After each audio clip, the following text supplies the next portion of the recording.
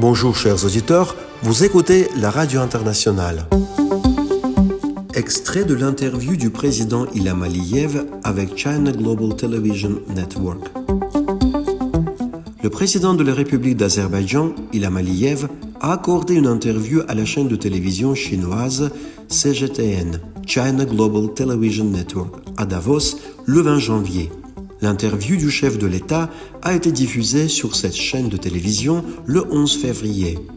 Dans son interview, le président Ilham Aliyev a analysé les questions géopolitiques et géoéconomiques et a discuté de la place et du rôle de l'Azerbaïdjan dans l'ordre mondial moderne.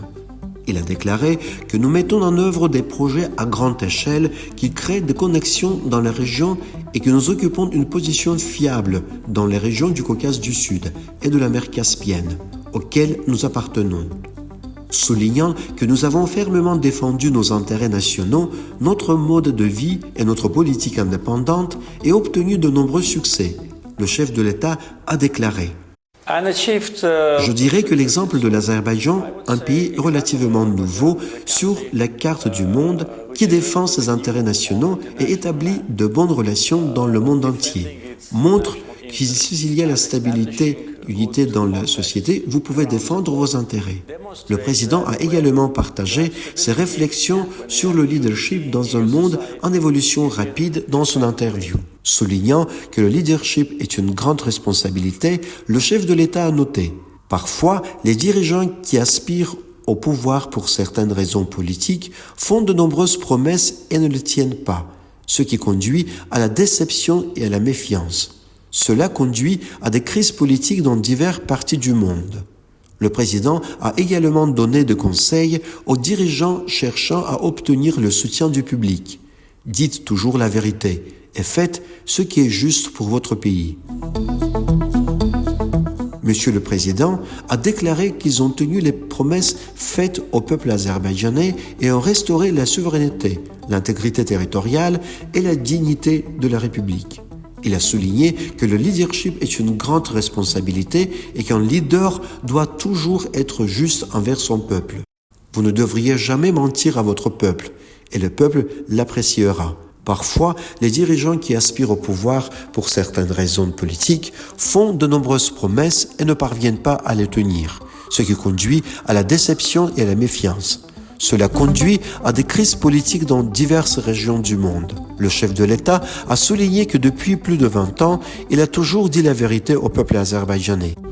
Peu importe que cette vérité soit positive ou négative. J'ai toujours dit à mon peuple que nous rétablirions la justice et mon peuple m'a cru. Après 17 ans de pouvoir, nous avons enfin tenu nos promesses et restauré notre souveraineté, notre intégrité territoriale et notre dignité. Mon conseil aux dirigeants qui veulent gagner le soutien de l'opinion publique serait donc de toujours dire la vérité et de faire ce qui est bon pour leur pays, quelles que soient les pressions internationales. Les médias internationaux, quoi qu'ils disent de vous, comment ils vous appellent, comment ils vous insultent, c'est ainsi que vous et votre pays réussirez. L'Arménie doit s'abstenir de toute déclaration et de toute action qui compromettent les perspectives de paix.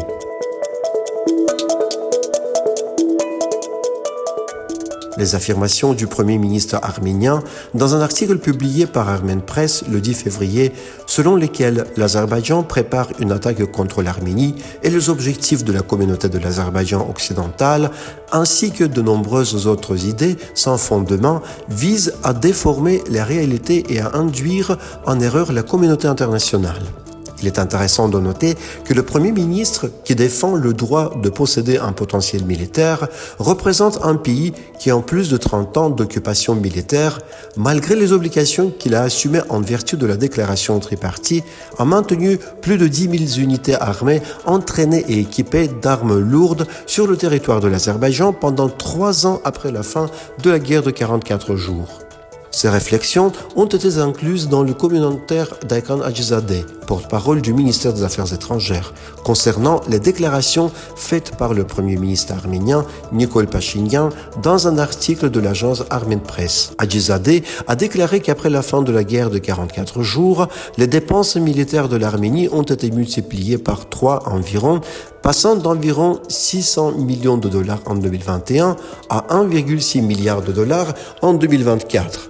De plus, selon les contrats militaires récemment signés, l'Arménie acquiert des armes offensives capables de lancer des frappes à longue portée, principalement sur le territoire azerbaïdjanais. Compte tenu des revendications territoriales actuelles dans la constitution arménienne et dans les actes juridiques, ainsi que du fait que le revanchisme se développe, la justification de l'augmentation du potentiel militaire de l'Arménie est fallacieuse et constitue une menace directe pour la sécurité de l'Azerbaïdjan. En outre, les revendications de l'Arménie concernant les activités et les objectifs de la communauté d'Azerbaïdjan occidentale, dont le principal objectif est un retour sûr et digne sur les terres d'où elle a été expulsée, sur la base du droit au retour consacré par la Déclaration universelle des droits de l'homme, le pacte international relatif aux droits civils et politiques, la Convention relative au statut de réfugié et d'autres instruments internationaux importants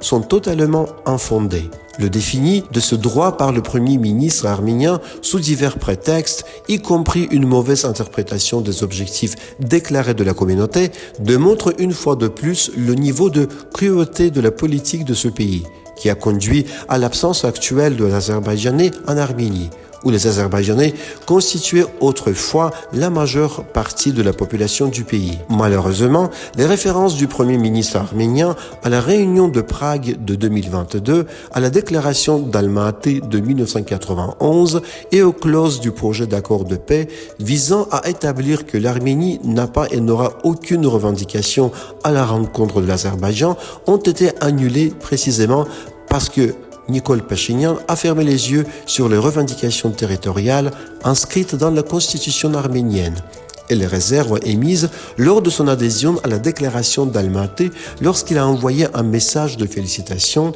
quelques mois plus tard, en septembre 2023, à l'occasion de la soi-disant indépendance du régime sur le territoire de l'Azerbaïdjan. Le porte-parole a noté que même aujourd'hui, au lieu d'accueillir favorablement le procès des personnes accusées de crimes de guerre, l'Arménie, qui qualifie ce procès de mise en scène, n'est pas intéressée à penser les blessures qu'elle a causées au cours des décennies et à faire face à la vérité que ce processus pourrait révéler. De plus, au lieu de prendre des mesures concrètes pour remplir ses obligations, notamment en ouvrant les communications entre l'Azerbaïdjan et la République autonome du Nakhitchevan, l'Arménie détourne l'attention de ce processus. Au lieu d'avancer avec des mesures concrètes dans cette direction, les propositions de l'Arménie, qui sont essentiellement hors de propos, conduisent à des malentendus et déforment les réalités. En ce qui concerne la mise en place de mécanismes de contrôle des armements que le Premier ministre promeut avec tant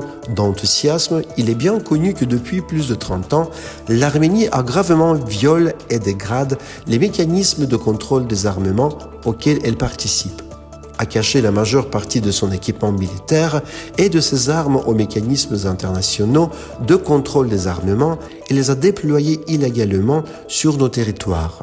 Cette approche des accords internationaux nous permet de tirer des conclusions sur l'insincérité de la position de l'Arménie. Nous appelons fermement l'Arménie à s'abstenir de déclarations et d'actions qui compromettent les perspectives de réalisation de la paix, a souligné Aykan Hajizadeh.